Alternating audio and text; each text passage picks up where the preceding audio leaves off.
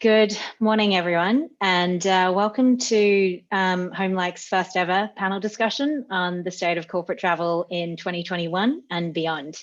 I'm Cherry Wang, Country Manager for UK and Ireland here at Homelike, and I'll be your moderator today. We have an incredible panel of speakers with us today who bring together a wealth of experience and knowledge across the corporate travel industry. Now, before we kick off today with the introductions, I'd just like to remind the audience of a few housekeeping items. Firstly, please ensure your audio is on mute.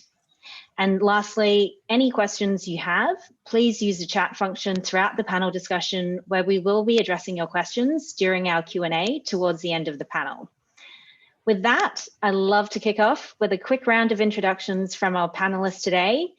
And what's the one thing they're really excited about in 2021? Over to you, Oliver. Hi there, I'm Ollie, one of the founders at PerchPeek. We're a relocation platform and we work with companies of all sizes to move their employees around the globe. It's been a pretty rough year, I think, for everyone in the industry, but I think the exciting thing is that there's been a fundamental change in where people want to live and where they want to work.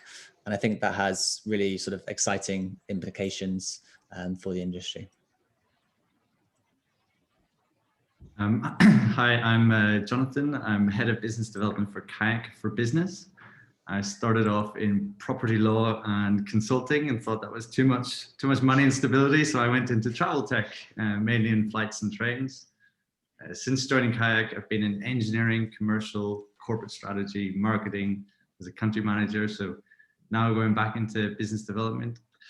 In 2019, I spent 196 days traveling, and in 2020 spent 69. So I'm looking forward to getting back out on the road, but most of all, excited about 2021 is launching KAYAK for Business, which is our new disruptive and innovative corporate travel tool. And I think that's over to me then. I'm Simone. I have a background in hospitality and tourism, and kind of by accident fell into corporate travel, which has bitten, well, that bug has really bitten me. That led for me to being a corporate travel of the year finalist in the competition a year and a half ago. And that led to being on the travel advisory board of the Business Travel and Mobility Club. So I'm a very enthusiastic member of the corporate travel community. For me, on a personal note, I am very excited about just being able to hug somebody without feeling I'm committing some hugely offensive crime. And on a professional level, I'm just really looking forward to some kind of trust in traveling being restored, so we can all go about doing our business in a sort of the most normal manner possible. Good morning, everybody. My name's George Sell. I'm the Editor-in-Chief at International Hospitality Media. We are a publisher and an event organizer for the hospitality sector. We have B2B websites for the service department, boutique hotel and short-term rental sectors. Being a rather more reserved Englishman than Simone, I'm looking forward to being able to shake hands with people when I go and meet them in the flesh. I think last year I only spent about 10 days traveling, and I'd love to be able to at least match that and hopefully better it this year. Oh, great, thanks guys. I'm going to be sharing my screen whilst I introduce myself, because we've got a 3-4 minute presentation to run through as well. So just give me 1 second.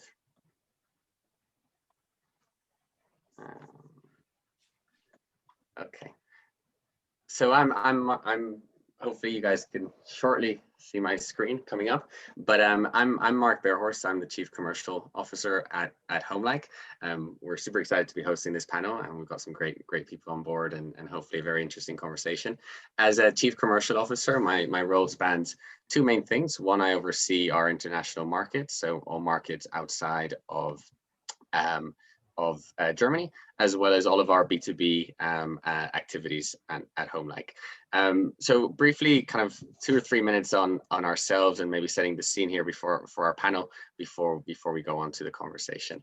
So Homelike is Europe's largest furnished apartment platform for midterm stays. So that means stays of over 30 nights. For us, we were established in 2015 in Germany, and since then we've scaled to 65,000 plus apartments in 9 countries.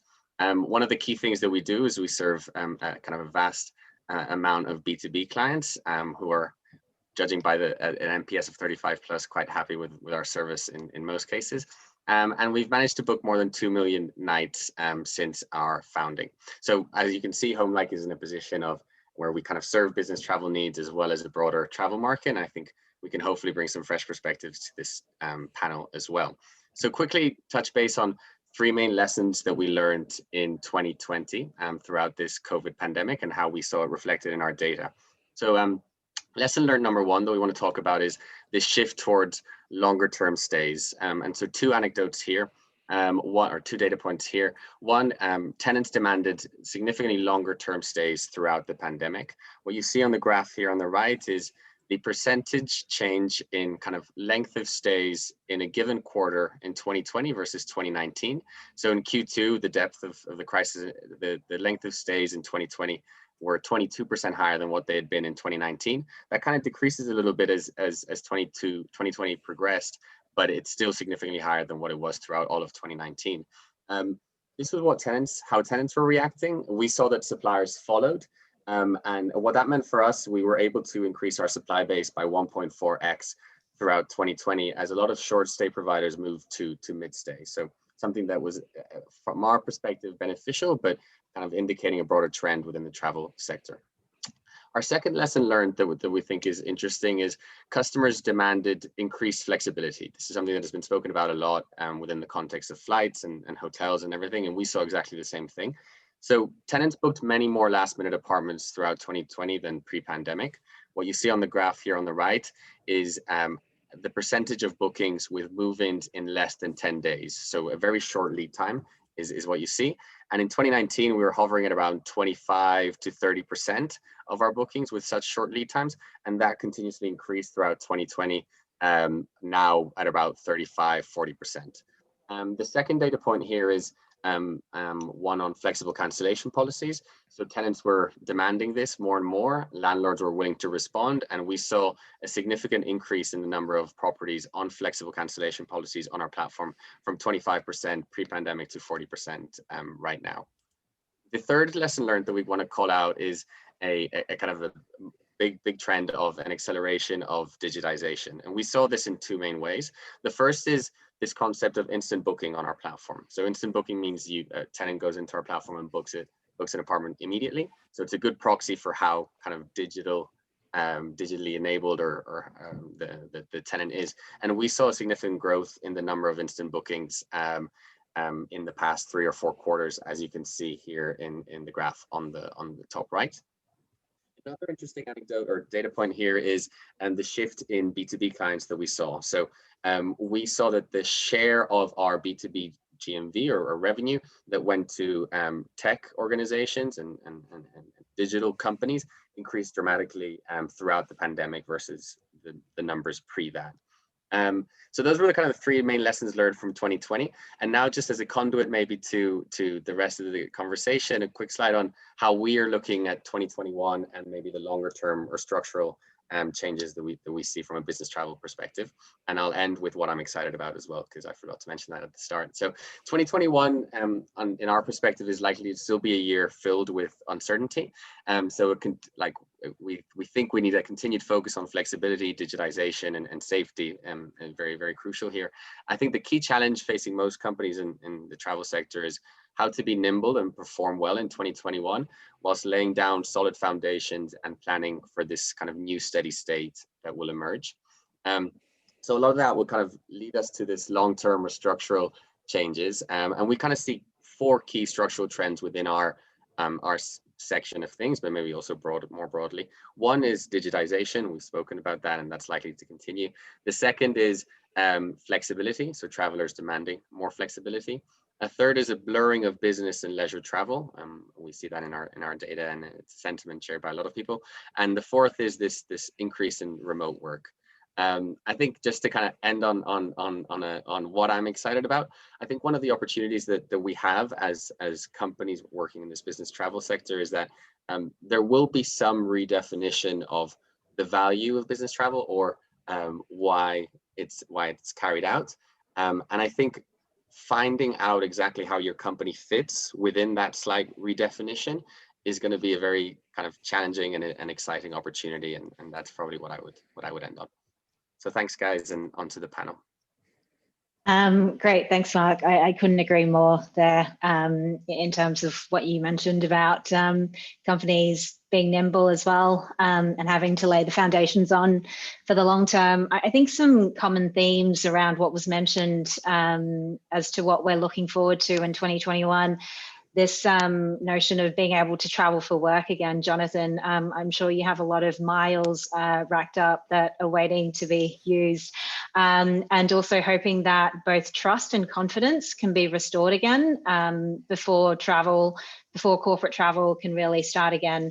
I think since 2020, travel managers, TMC, suppliers, and other organizations throughout the supply chain and also the traveler journey have all had to re-examine how to best support the traveler journey against all the trends that you had highlighted earlier as well, Mark, like digitization, increased flexibility, longer stays, and increased duty of care.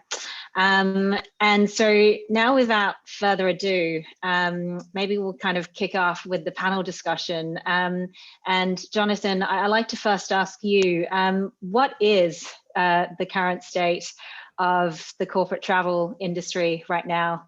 The burning question that I'm sure a lot of people would like to ask.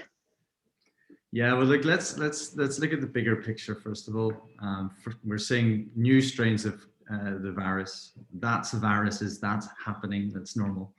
We're seeing higher caseloads, which is basically resulting in more government restrictions, including total lockdowns of certain markets we're in. But on the positive side, we've seen 7 vaccines approved. To put it diplomatically, there's a bit of an uneven rollout. I think some markets are doing better, such as say Israel, 40%. I would say the US, which is KAYAK's home market, would be in the middle with about 1.2 million doses per day. And this is the key to getting out, with most companies looking towards the second half of the year to start resuming travel again. But I think overall, with all of what's happening that we're seeing, the GBTA, the poll of travel managers, for example, is saying in January 2021, 77% of US companies have either cancelled all or most of their corporate travel. KAYAK for Business, we didn't actually exist pre-pandemic, so we're not able to do like for like. But what we can see from our users is that generally the companies which are traveling are the core infrastructure industries. So like construction, manufacturing, energy, etc. Well, the services and tech industries, like all of us, we're all here meeting virtually instead. Of course, one of the most important industries with influencers, they're all going to Dubai for work. Don't forget about them. And then it's really interesting, the people who are not currently traveling. What we're reading about, what we're talking to companies about is what they're saying is the sales arms race. So everyone is getting prepared. It's quite reminiscent of this British Airways TV ad following 9/11. And they said, basically, if you don't travel to your customers, someone else will. So I think it's quite interesting right now. Everyone's just getting prepared, ready for the second half of this year. But obviously with the lower demand for corporate traveling and companies pulling back, what we're seeing as well is large enterprise companies are effectively becoming 2019 SMEs in terms of what their current and potentially future travel is. And this then results into, well, they look at their contracts that they have with their TMCs. And should they be paying those big fees when they're not traveling? They're reassessing, and I think a lot of travel managers are looking at procurement. KAYAK's quite fortunate in the sense that we're mainly about leisure traveling, so we can fall back on that whilst the corporate travel is down. But you also then see with the impact overall in the market, there's plenty of M&A action. You saw GBT acquiring Aviation Travel Group, or the likes of, say, Trip Actions. They raised another $155 million last week. So there's a lot of moving different parts, and I'm personally an optimist. I think everyone's kind of getting ready for those vaccines to really kick in. Great. Thanks for that, Jonathan. I think what you mentioned there about the sales arms race is definitely really interesting, because I think what we saw after 9/11 was that corporate travel actually recovered much faster than leisure travel, whereas I think in this crisis we know that it's the opposite, right? So yeah, it'll be interesting to kind of see how that pans out as well. And maybe just moving on to you, Oliver, like what are your kind of predictions and expectations for 2021? Yeah, so I mean, I won't sort of make any predictions for when travel will return. I'll leave it to someone much cleverer than I to do that. I think the main sort of prediction and my expectation is that both corporate travel and mobility managers will have sort of much more important strategic roles to play in guiding their companies moving forward. You know, I do genuinely think there has been a fundamental change in what employees want, and therefore there has to be a kind of necessary reframing of travel and relocation at the management level of organizations. I'm sure lots of you guys have been sort of answering them internally, but there are important questions. You know, what travel is going to be worth it? Where do people want to live now? You know, how do companies travel in 2021 with much more distributed workforces? And so I guess leading on with that, how do all of these questions, you know, marry with the core values of companies, whether it's sustainability or flexibility or work-life balance? And so what I hope and I think that we'll see is that when safety and employee well-being are so intrinsically linked with travel, there is that strategic role for mobility managers to play. And I think we've seen this in a number of surveys where over 70% of travel and mobility managers are saying that they've had much more exposure to C-level individuals since the advent of COVID. And I think with this exposure, I'm excited to see some really amazing travel and mobility programs being put into place, where these aspects become properly embedded as employee work perks of each company. Yeah, and Oliver, I think that the point that you mentioned about just the cost side of things and kind of mobility managers, and I think this was also something that you had mentioned as well, just to increase focus on costs. Do you think that this could this could lead to a disintermediation of services within the TMC space, or even potentially having kind of clients going directly to suppliers? Is this something that you see happening going forward, also just to cut down on the cost component as well?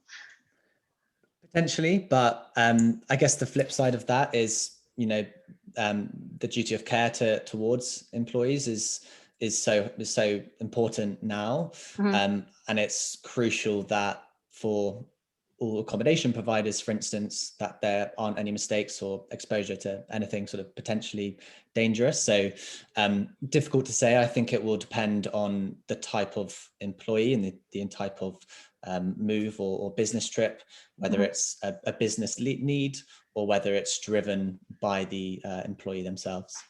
Right. And maybe one last question from my side for you, Oliver, was you also talked about how people are traveling, and what we see is an increased number of employees can work remotely. Are you seeing like a fundamental shift also within Europe as a region, also maybe as a result of Brexit? Are people flocking to Germany, France, or Ireland? Are you seeing any of that in kind of your data with all the relocations that you guys place as well? Yeah, definitely. I think we're seeing a number of core shifts. Obviously, definitely away from the UK currently, unfortunately. Right. But I think probably more substantively away from larger cities into smaller secondary destinations. So we've seen hundreds of thousands of people and households leave core cities like San Francisco, New York, London, and move to places where potentially they're more affordable, and the cost of living is higher as well. So I think it's going to be really interesting in terms of how do accommodation providers, for instance, and platforms react to having demand in different areas, and then if this sort of kind of short-term business trips does translate to some more sort of longer term living, how do they sort of help travel managers and mobility managers with the compliance side of something that's quite different in terms of what you need to do legally? Right.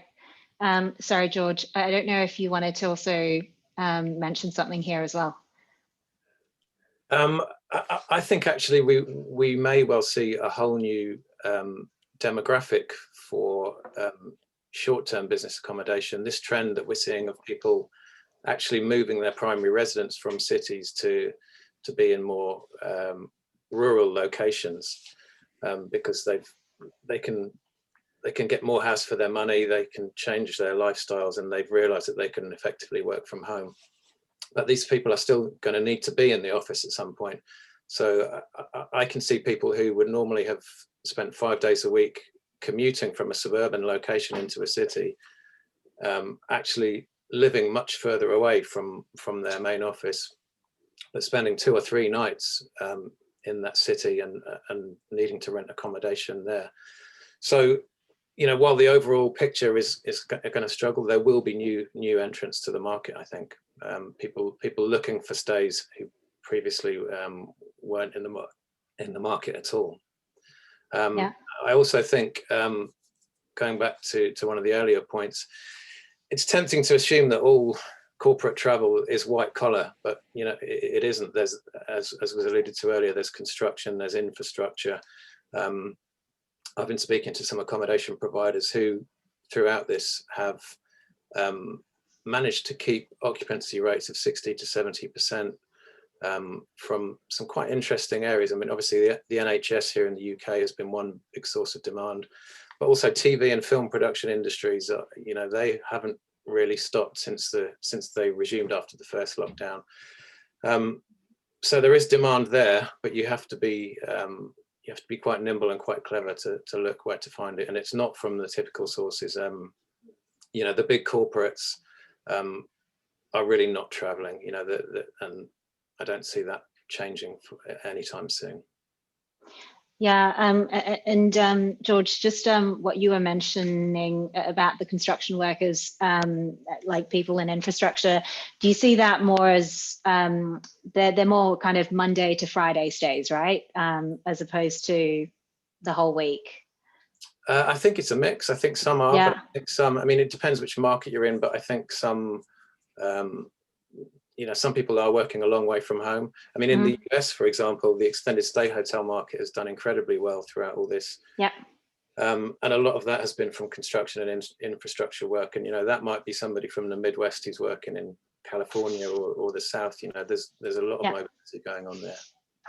Yeah, I do recall that the CEO of Marriott was saying that with their extended stays, they've actually extended during kind of since COVID. And I think some of the things that you mentioned about potentially some of the trends that we're seeing amongst how people are traveling, and potentially even consumer behavior, whether it's extended length of stays for the white collar workers and shorter term stays for some other kind of parts of the corporate travel industry. Maybe, Oliver, if you can also just highlight what are some of the changes that you saw within your data in 2020, and what do you kind of expect to see over the next kind of 6-12 months, and what are some of these consumer trends or behaviors that you expect to stay as a result? Yeah, so I think if looking at a broad range of our customers, we've seen that nearly 40% are actually pretty likely now to allow people to work remotely permanently.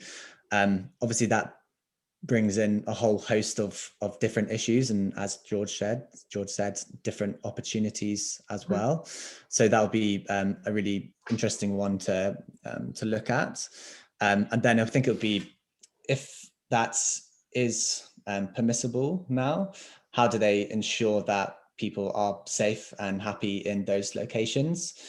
So again, looking towards changes or shifts from accommodation providers to facilitate that kind of new workforce. I do genuinely think it's here to stay. Obviously won't be as pronounced as it is at the moment. And I do think a lot of people will want that human contact. So it's going to be coming up with some kind of hybrid model to attract the best employees and be as flexible as you can. Okay. Yeah. Oh, sorry. Yes. So I found George's point around the kind of blue collar, white collar shift in corporate travel super interesting. I think it's definitely a perception that it's mostly a white collar sector, and I think actually the way in the data that we've seen, apart from the boom in the tech sector, it's definitely been kind of perhaps the more blue collar industries that have almost supported our year from a B2B perspective. And so I think we owe a lot to them, and we've seen it in a few kind of different data points. So one, as I mentioned, length of stay has actually increased, but when you look at the average rent or the basket sizes, as we call it in our platform, they've decreased slightly, which you would perhaps expect, lower budget for some of these different sectors. And yes, the construction or our heavy industry sectors have also been, after tech, the kind of biggest boom within our demand. So super interesting, I think, to reflect on that point, and we've definitely seen the data that supports that opinion, George. We've also probably seen a lower basket value for short-term accommodation. And I think that's primarily due to the fact that most HR departments are now receiving requests from people to travel and to work, but maybe they don't want to financially support that. So therefore, it's sort of an employee-driven move or stay, which doesn't get quite the same financial backing as sort of executive levels would. Yeah. Yeah, I think, this is quite interesting in terms of like, with the advent of the changes in the demands from both the employees and the changing policies of the employers.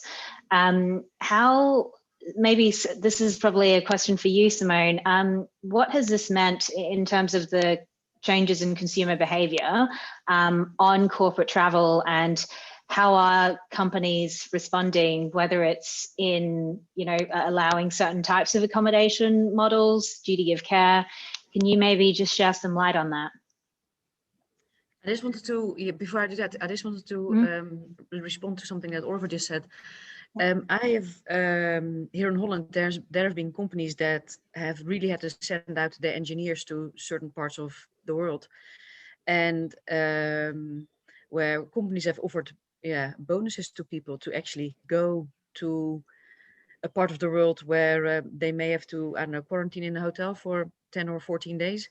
So yeah, some of it has been maybe, as you say, Oliver, employee driven, but some of it has also been sort of management driven, where there has been like an absolute necessity for that particular company to go and sort out a mechanical issue that has not been able to, that couldn't be done via, I don't know, MS Teams or Zoom, that really required people to be on location. So where management have said, if you go, we will pay you XYZ extra. But just as a side note to what Oliver, or just as an addition to what Oliver just said. So sorry, now I forgot my question. So your question was just basically, given the kind of trends in consumer behavior, what has this meant for corporate travel, and how are companies responding to it? Well, from what I've seen and from what we've seen from our members is there's been, whereas sort of before people, well, as you all know, people traveled for everything, also for inter-colleague meetings. For example, if you're based in Amsterdam and your colleague is based in Finland, you would travel. That's now completely stopped. Will that return? We don't really think so. We see with our members that the assumption is like what the other members have said, that will mostly take place through online meetings. And that stays or the travel will become much more purpose driven, but that the stays will become longer. So like the 1-2 day travel, we think is going to be not as much as before. So that when people do travel, they'll travel with a bigger filled agenda and maybe stay away for longer. And that then has the question: if someone is going to stay away, say for 3 weeks, will you then place them in a hotel, or will you go to a short stay solution? That is something is being discussed, because also companies at this point haven't really decided yet what their mid to long term strategy is going to be. It's it's under discussion. And then kind of making the hook to making the link to the corporate travel manager's role. I think there's going to be an even bigger split between for example, the corporate manager, the travel manager that works for a company like Heineken, where travel is ingrained sort of in the business, and the SMEs, where kind of travel was something that needed to be done as well. Because in a large company, like for example Heineken, there is the corporate travel manager, there's a public health department, and for the smaller companies that is not like that. So I think the corporate travel manager, again, adding on to what Oliver said, their role has become more more important, because you are then dealing directly with HR in terms of duty of care. So there's a bigger need for having up-to-date information straight away to hand, which can be a bit challenging, when the changes happen as we speak. Yeah, and you mentioned just around kind of like the travel managers are still trying to kind of understand whether or not hotels or short-term stays or furnished apartments are the right model. Do you think, travelers are definitely wanting more flexibility? Do you think that on the other side, that travel managers also want to be able to provide more flexibility for employees? Is that also a trend that you're seeing, or? Yes, I think if the travel manager is in tune with their sort of internal customer, so to speak. Yeah. Yes, because especially now, like in all the different countries have all the different lockdown rules. So for example, in Holland, the hotel restaurants are closed. So then the hotel stay becomes really sort of almost barren. So yeah, you want to be able to offer your traveler, so somebody who's going to be away from their family for a while, maybe taking risks depending on how the traveler sees that. You want to be able to offer the flexibility, because then a home-like solution would be much better place, because then it can then be a home away from home, rather than going to a hotel where you are really restricted in what you in what the offering is. Yeah. Yes. Okay. In short, yes. Okay, great. Thanks, Simone. And I think also what you mentioned about the role of the travel manager and their roles actually becoming more important and using more data. I think this kind of follows on to the point, the theme around digitization, something that we've definitely seen.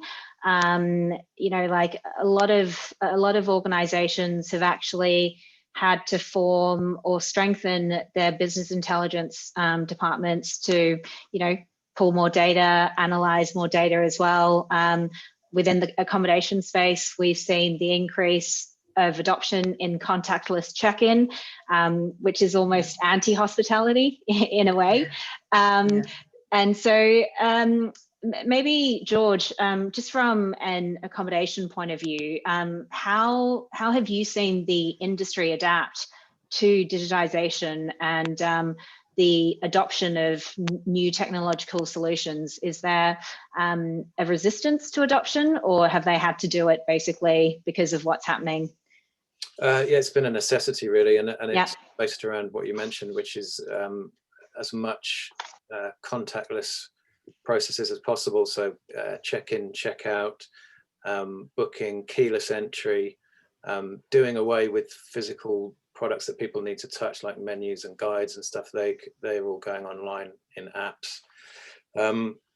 So a lot of providers, particularly in the service department and apart hotel space, can provide an end-to-end service where there is no actual human interaction, which, as you say, is in a way the antithesis of hospitality. But at the moment, that's what people want. I think the one difference to that, and the people that travellers do want to see, are the back of house staff in lots of PPE. And they want less frequent but much more intense cleaning. And technology has actually changed there. Some of the cleaning equipment and processes has really come on, and that's become a given too. I think it will start drifting back to the way it was before, with more human contact in certain types of accommodation. But I think the demand for self-contained apartments, extended stay hotel rooms, and so on, is likely to continue, because not just because of the benefits it offers now during the pandemic, but people are starting to appreciate that you generally get more space, you get more freedom, you get more flexibility. But at the moment, people don't want to interact with staff at the accommodation providers, if at all possible. And maybe just across all the accommodation providers, like one of the biggest trends that we've seen that Marc mentioned earlier is like customers, travelers, not just corporate travelers, but all travelers want this kind of ease of booking process. So we've seen a significant increase in the percentage of instant bookings that we've had. Have you also seen that across the other accommodation providers, that customers, like corporate travelers, in terms of the booking window, it's much shorter, they're booking instantly? Is that also something that you've seen as well? I think, especially for shorter trips, definitely, because there is a lot of spur of the moment travel at the moment, because the goalposts are constantly shifting, and you may be able to travel this week, but you might not be able to travel next week. So there are a lot of circumstances where people are thinking, actually, I've got to go, I've got to do this now, and they want to sit down at their computer or on their phone and have everything sorted within half an hour. For longer stays, longer haul travel and relocation, I think people do want to access lots of information online to start with, but I think it's really important that is backed up with a voice at the end of the phone, a knowledgeable voice at the end of the phone, that can answer questions that maybe people can't find online. So I think, so in a nutshell, for shorter trips and spur of the moment trips, all digital is the way to go. But for lengthier trips, people will have questions that can't be answered online, and you need a knowledgeable team that they can access quickly at the end of a phone to provide that. Yeah, and can I add to that? And also for the complex trips, because not all travel is ABA.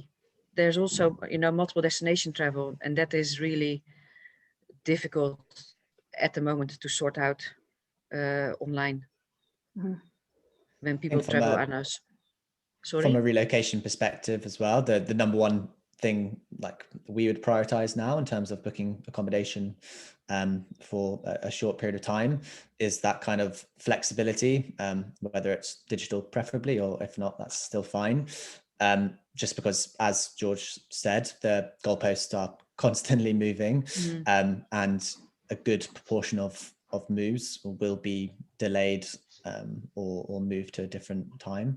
So that flexibility is probably the number one criteria my team would look out for when booking accommodation. But also what George said about having somebody at the other end of a phone if you do complex trips, like for example shipping cruise, that's really last minute and changes every 5 seconds. That needs someone knowledgeable. That's really difficult to do yourself online. Sorry, Yeah. Jonathan. Yeah, no, not for long. Yeah. That's the spirit. Sorry, John. Did you want to say something, John? Oh no, I was just mentioning that KAYAK for Business is going to take all of the users' pains when it's shortly released in February. So, including shipping. Good. Yeah. And maybe Jonathan, just on that, did you guys do, just because I know you mentioned that you guys are more leisure traveler focused, but did you guys do extensive surveys or studies on the corporate travel side, just to also understand their needs as well, and also like what they need maybe from a digital point of view?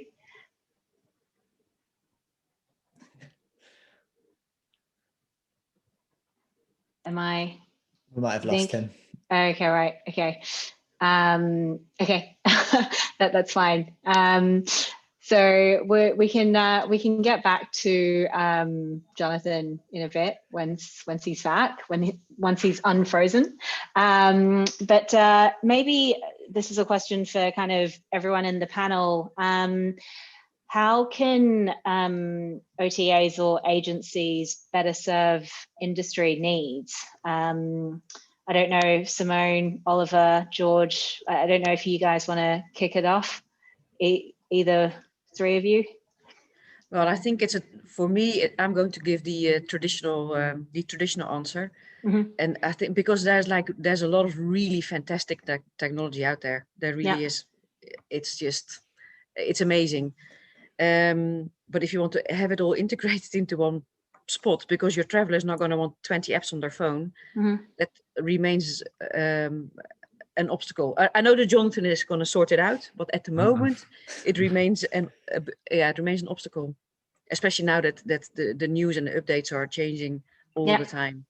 That's so that's the traditional answer from my side. I just like to mention something about mindset. You know, the travel industry, and especially business travel, it's a very interlinked beast. You know, everyone is dependent on everyone else, and everyone is feeling the pain at the moment. And I think everyone in the sector needs a collaborative approach to try and get us back to, you know, to a stronger position than where we are at the moment. Yeah. You know, it can't be a case of every man for himself scrambling for bits and pieces. It's, you know, it's an opportunity to have a reset and really, you know, form a sort of collaborative approach across every element of the supply chain. Yeah, I couldn't agree with you there more, George. Jonathan, just to welcome back. Yeah, sorry about that. No worries. Well, we're just discussing how OTAs and agencies can kind of better serve the corporate industry's needs. Maybe you can also elaborate a bit more on that, just following on from what George had mentioned in terms of taking more of a collaborative approach as well. Yeah, so on KAYAK, we've got over 1,000 suppliers, direct connections with OTAs, and for KAYAK for Business, we're adding in additional, say, TMC level OTAs who, if you have a shipping team who needs to have that level of support, yes, you can choose that option, and you'll have the offline support, you'll have the meet and greet at the airport, you'll have XYZ you maybe have become accustomed to. But also at the same time, if you're just going from London to Amsterdam for a conference, you don't need to be having any of that support. So that's where I think that we're trying to diversify the options in corporate travel so that you can really choose what you want to have. And yes, everyone could be working together, but as a real true meta search, we're trying to get everyone to somewhat compete. Okay, so previously meta search for leisure was always about compete on price. Who's got the lowest price for the hotel? Now it's a case of who's offering duty of care, who is cleaning their accommodation more intensively, who's offering flexible tickets on flights and long haul flights, etc. So we're trying to bring all this in a way which really puts the user first, because effectively that's the most unserved person in the industry from our perspective. Yeah. Cool. And Marc, maybe do you have also anything to add to this, just based on what the feedback is also from a B2B point of view, from Homelike's perspective? I mean, so from a pure kind of our work with OTAs and TMCs is limited, right? But I think there isn't too much of a perspective that they share or that we get from them in terms of how OTAs or agencies need to adapt. I think a lot of the things that have been mentioned here on kind of the industry working together, be it through different forms of transport or travel, ensuring that kind of the end-to-end trip is as safe and clean as possible, because kind of whatever the weakest link is, if train journeys are still deemed to be kind of very unsafe or hygienic, then a travel to another city and a stay in a hotel, no matter how clean the hotel is, will still be deemed uncomfortable for that traveler. So my perspective on the OTA and agency thing is really understanding kind of the end-to-end travel experience very closely and ensuring that there isn't a very weak link in any of those steps. And that I think that's something that becomes even more important in the next couple of months. Yeah, and it's interesting because I was listening to someone mentioning earlier that business travel for a lot of people, like especially if you work in consulting, it's kind of been on autopilot. If you're a consultant, you know exactly which flight, hotel, restaurants you're going to be traveling to on a work project. But now I think with this shift, with this like huge paradigm shift, travelers have actually had to start thinking like, what does my travel look like? And they actually need to think a bit more about travel. With that in mind, you know, in addition to kind of travelers having to think a bit more and not having this autopilot option, Jonathan, maybe can you kind of kick off with what you see as some of the biggest challenges in facing the corporate travel industry in both the short term and also the medium to long term? Look, there's plenty of challenges, but like again, I kind of want to draw back to maybe a topic that we focused a little bit earlier on, which was the holy grail of topics in corporate travel is leakage, right? Is people going rogue from their travel managed solution? Yeah. I mean, before the pandemic, was it FocusWire said that up to 28% of flights are booked out of the travel management program, or 37 to 50% of hotels.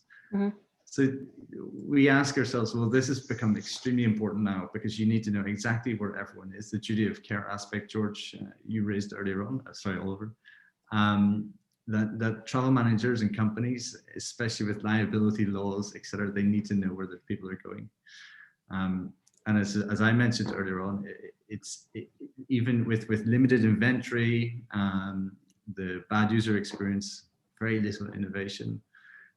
What effectively was happening was travel managers were like herding cats to the park, right? People just didn't want to use it, no matter how much it was, you've given these seminars, these training processes, especially those like you said, the consultants who they even recognize the people at the security of their airport, right? You say hi to them every day. They're the ones who travel the most, and they're the ones who go out of policy the most, or out of the program the most. So from our perspective, this is still the biggest challenge that we need to address. We need to ensure that the people are being happy, that the actual booking process is easy, and they're given the content they want. But also, it's still such a hassle to organize everything. And so that's why we're trying to bring in automation. So with our approach is that, yes, you can book in 1,000 sites, but we'll guarantee that we capture every single one of those bookings from any of those 1,000 sites. We'll automatically brought it into your duty of care platform with the reporting dashboards, and everything's necessary. So we're trying to, with COVID, understand the real needs from travelers first, and put them as the major stakeholder versus the traditional checklist from what companies normally require. Yeah, making it much more fun and easy process overall is, for me, the biggest challenge. Make people happy, then they'll use it. Right. Yeah. Have you, I don't know if you've actually downloaded PerchPeek, Jonathan, but I keep on saying this, but the way that they use it is, and Oliver, you can correct me, but you gamify the relocation process. So it's a swipe left, swipe right, which is pretty cool as well. Yeah, it's like a Tinder, but for properties instead of people. Yeah. Yeah, I think also what you mentioned there, Jonathan, about this leakage component, but because obviously what we see with some of the accommodation providers that we work with, and George, I'm sure you're aware of this, I think COVID really brought to light the importance of being online, the importance of being digital. And we also saw a lot of suppliers wanting to work with us because of this ability, you know, we could all automate the process for them. But at the same time, what we also noticed and heard from them is that they're trying to capture a lot of these clients directly, right? So I think like that's also one component of the leakage maybe that you guys have to think about. But in terms of like challenges for the corporate travel industry, Oliver, Simone, Marc, George, I don't know if you guys want to add anything else here as well? Now, for the foreseeable future, for someone in my role, it really is having it's about information, because a lot more is now asked of us in terms of having the correct information at the right time. Also to provide to HR, because in a country like Holland, where labor laws are quite strict, like the employee is quite strongly protected. It's really important that the information is always up to date. And at the moment, we still need to search for that information in several places. So it's very time consuming. It's very time consuming. Yeah, it's definitely in the United States. It's the liability lawyers are on overdrive right now. They're extremely worried about sending anyone anywhere. And so if someone goes somewhere without them knowing, but they've used a corporate card, like where is the risk and liabilities fall? So that's why, information and data is king in this. Yeah, exactly. Yeah. From an accommodation provider's point of view, I think realistically the biggest challenge is keeping their heads above water until demand comes back at any volume, because I think a lot of cities in the UK across the hotel market, occupancy is in single digits at the moment. You know, that's not viable in the medium term, let alone the long term. So it's about being clever and finding pockets of demand where it's there. You know, we haven't really spoken about when we think demand is going to come back in any volume, but you know, I've spoken to quite a few people recently, and the most optimistic of them are saying Q3 this year. Several people are saying no real volume until next year. The American Hotel and Lodging Association did a survey a couple of weeks back, and the findings of that said that most people don't think business travel will revert to 2019 levels until 2023 at the earliest, and possibly 2024. So you know, from a provider's point of view, survival is the short-term objective, unfortunately. Sorry to add such a big note to the conversation, but you know, that's what it's like out there at the moment. It's a realistic one. Yeah, it's a realistic point of view, unfortunately, but yeah. Yeah, in Holland, the KLM and the Dutch Railways have also said basically what George is saying, that the 2019 volumes are expected to be between 2023 and 2025. So, yeah. Just out of interest, George, I guess this wouldn't be relevant to some accommodation providers, but For the ones that can do this, do you see them sort of changing their business strategy and converting into longer term properties? Is that quite common at the moment? Yeah, it definitely is. You know, people are responding to wherever the demand is coming from, and as we've said, there is a tendency to longer stays, which the KAYAK, the Homelike data showed as well. If you look at the proportion of the pipeline of the big hotel groups, the amount of extended stay inventory in their pipelines is going up all the time. You know, they've seen the writing on the wall, and they're responding to this trend. There's a lot of institutional investment coming into that sector, as well as the service department sector too. So yeah, it's definitely a big trend. Yeah, I definitely think that 2023 is the year that I keep on hearing being rolled around as to when things will start recovering back to 2019 levels. So we're going a bit over time, but luckily we don't have too many questions. But before we go into Q&A really quickly, I just want to kick off a really quick poll with the audience. It's 2 questions and it should only take around 30 seconds. So maybe if we can, okay.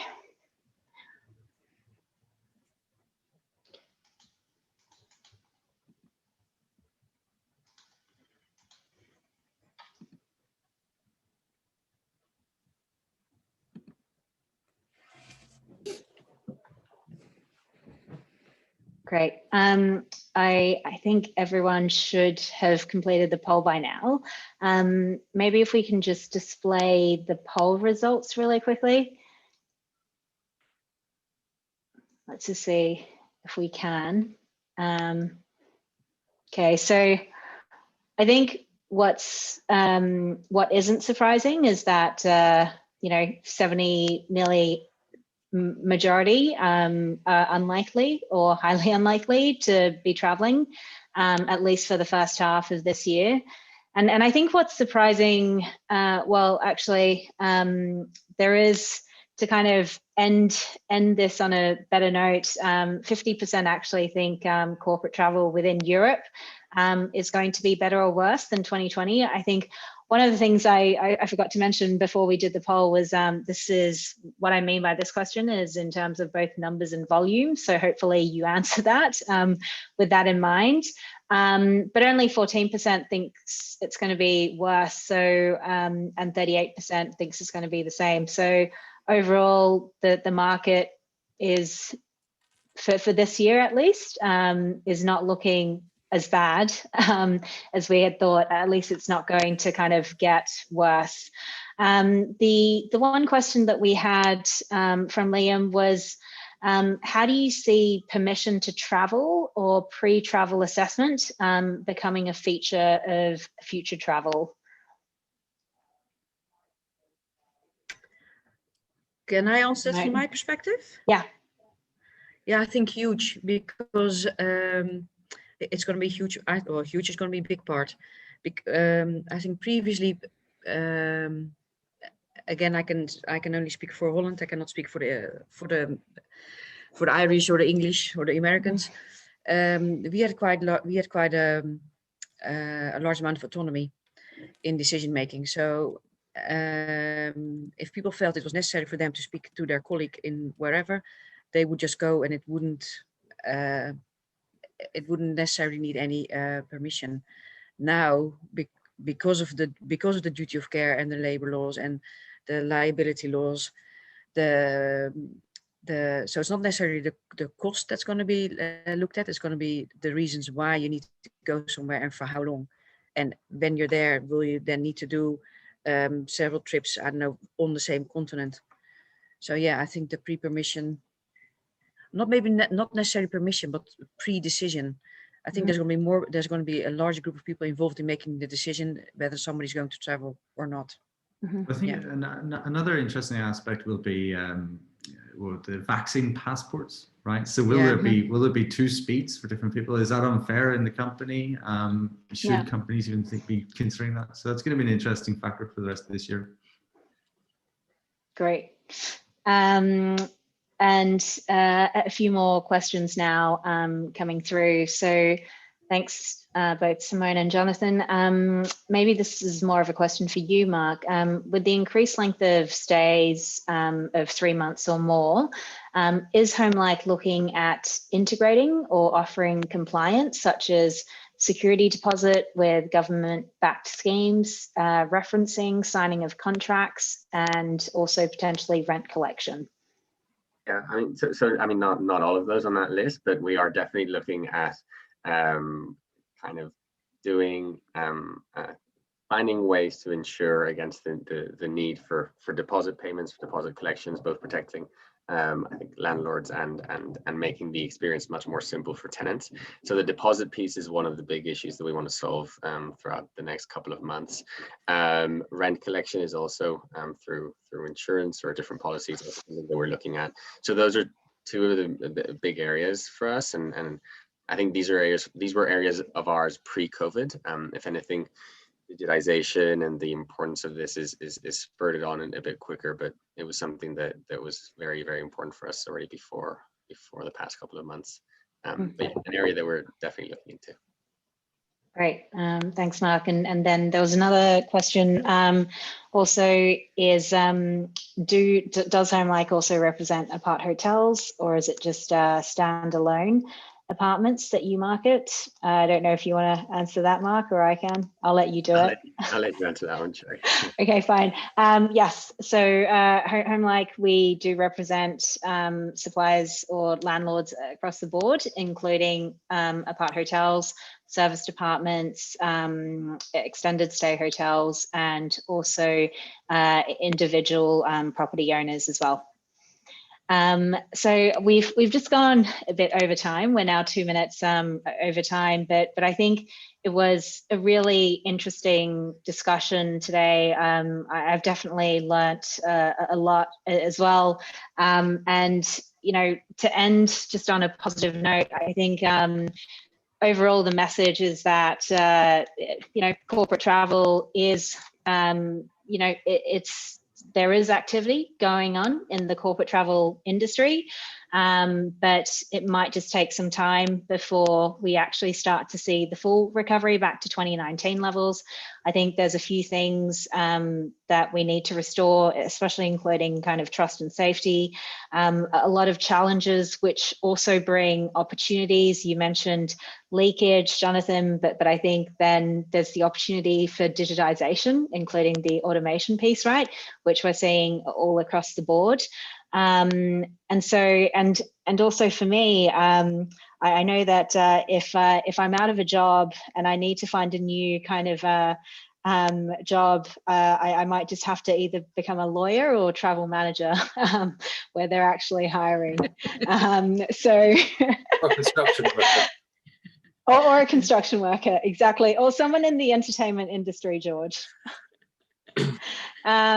Great. So again, thank you to all the panelists and everyone who tuned in today. We'll be sharing a recording of the panel discussion over the coming week on our Homelike blog post, and you'll also get a link in your email for everyone who's registered on Eventbrite. But I just want to say thank you again, and stay tuned for our upcoming panel discussions going forward. Thank you. Thank you. Thanks, Sherry. Thank you very much. Bye. Bye. Thank you.